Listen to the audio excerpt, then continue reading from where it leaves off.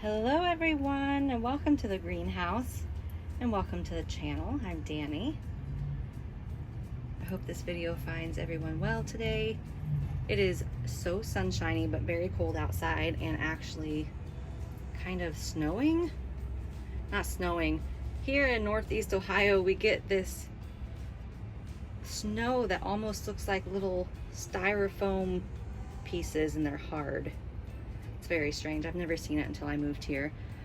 But yeah, so that's what you might hear throughout the video today. But today we are going to focus on this horrible looking orchid that I've waited way too long to give some TLC to. And what happened to this is I used that organic oil-based pesticide that has sesame seed oil in it, and it just burnt this orchid up. It just burnt it up. And there's one good bulb left, so I'm going to unpot it, see what kind of root system it has, clean it up. And it is in spike, and I was trying to wait till it was done spiking and blooming, but the issue needs to be addressed today. So on hand I have rubbing alcohol in this bottle, 70% rubbing alcohol, and this is a Physan 20 mixture that we will spray that orchid down with, and I'm going to repot it in fresh moss. This is Better Grow moss.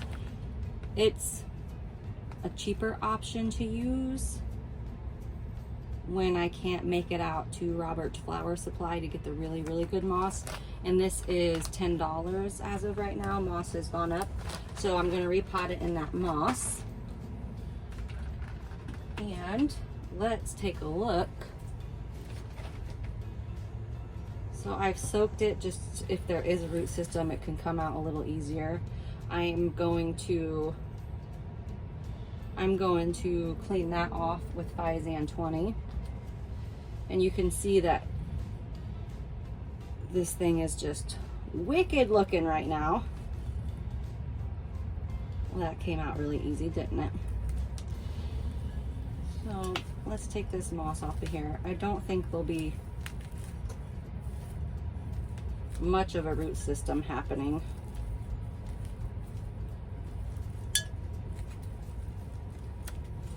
And yeah, I know it's pretty gross and maybe I should wear gloves, but I don't wear gloves. You know what? I'm gonna soak this again really quick because that inner moss is pretty dry. Hopefully that will do.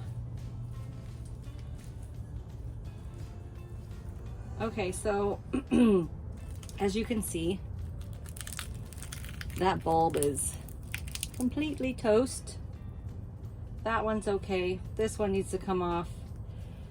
This one needs to come off. It still has a little bit of green left on it, but it's on its way out.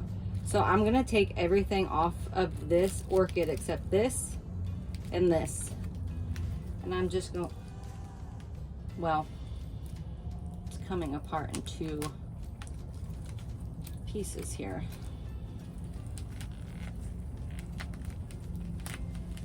So those roots are still good.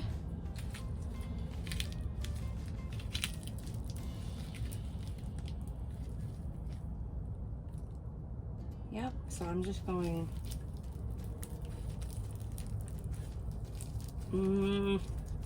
I usually don't use, I'm gonna twist. We're just gonna twist it. There we go. That's what we're left with. And I don't think, okay, there's 3 little bulbs right here. 1, 2, 3. Okay, this is gonna peel off quite easily. Just gotta disconnect it from the root ball.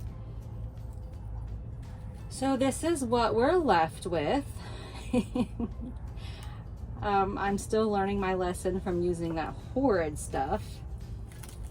So like I said, we're going to douse this in Physan 20. Let me clean up this little table really quick. I was originally going to use this pot that I had, but that's going to be too big for this. There's no roots on that, so we'll go with this smaller pot here. And let's soak some moss. Put some moss in this water over here. And while this moss is soaking, we will spray this, what's left over of this orchid, with Physan. Sorry, this cherry baby spike is attacking me. We will spray it with this Physan mixture.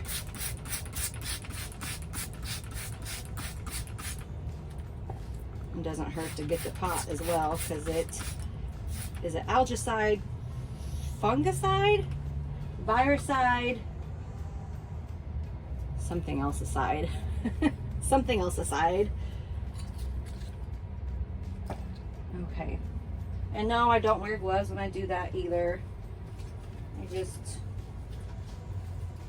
call it lazy, call it what you want, but I just don't. So we're going to put a nice layer in the bottom. Thankfully, it does still have some roots. I'm going to remove this off of there. You can see it has a new little growth right there. Just really want to try to prevent it from decaying and rotting even more so. And it's a really pretty orchid when it's in bloom. It's yellow and white. Look at that little bulb that came off. It's yellow and white and smells really good. It's very fragrant. So let's remove all these dead sheaths. Okay, so we have that bottom layer. And that's still too deep, so I'm going to add a little bit more.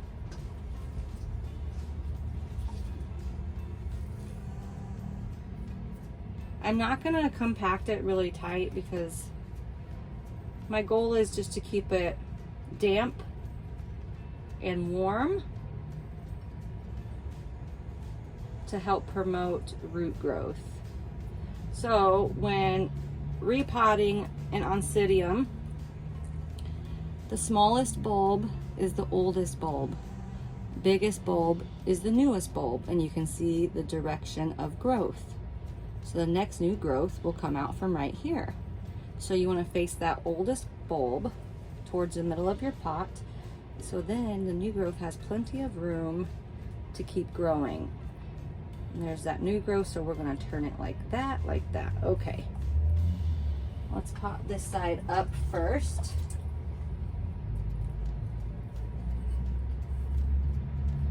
Sorry if my hands are always in the way. I try to keep them out of the shot. We'll place him right here. Add some moss around it.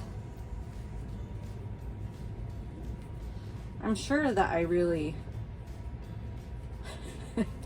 irritate or bug some orchid growers on how I grow and repot, because I'm just not particular. I'm a lazy repotter, I guess you could say, because I very much just have the attitude of either you're gonna survive or you're not. I'll help you out a little bit along the way,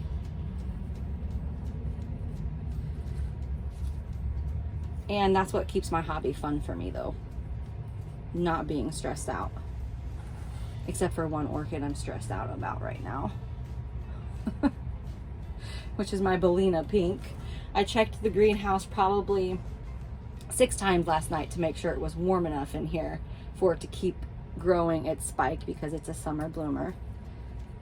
Okay, so like I said, that moss is not very compacted, but here we go. That direction of growth will grow that way. This one I should have placed over a little bit more, but that's all right. But you can see that new growth in there, right there. And hopefully that doesn't upset the orchid enough where the flower spike will blast. I think it's far enough along in budding that it should be okay. Now this is Oncidium Sunlight Hilo Honey.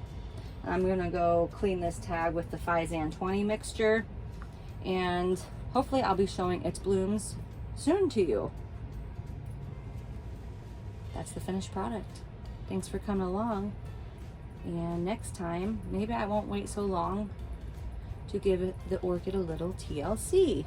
Danielle, happy growing everyone. Stay safe till next time.